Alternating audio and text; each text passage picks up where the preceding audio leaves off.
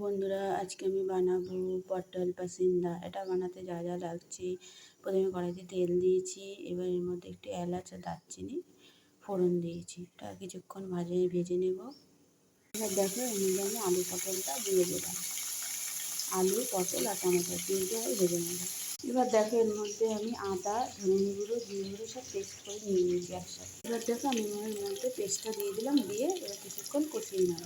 এবার এর মধ্যে আমি একটু নুন, হলুদ আর একটু লঙ্কার গুঁড়ো দিলাম আর সামান্য জল দিয়ে এবার কষিয়ে নেব।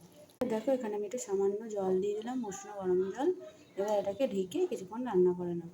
এর মধ্যে একটু নামানোর আগে একটু গরম মশলা দিয়ে দিলাম। দিয়ে এবার এটা কিছুক্ষণ ঢেকে রেখে নামিয়ে নেব। দেখো, আমার পটল পাসিন্দা রেডি। কেমন হয়েছে তোমরা কমেন্ট করে অবশ্যই জানিও। আজকের মতো এই পর্যন্ত, আবার দেখা হবে নেক্সট ভিডিওতে। ততক্ষণ সবাই ভালো থাকবে। টাটা।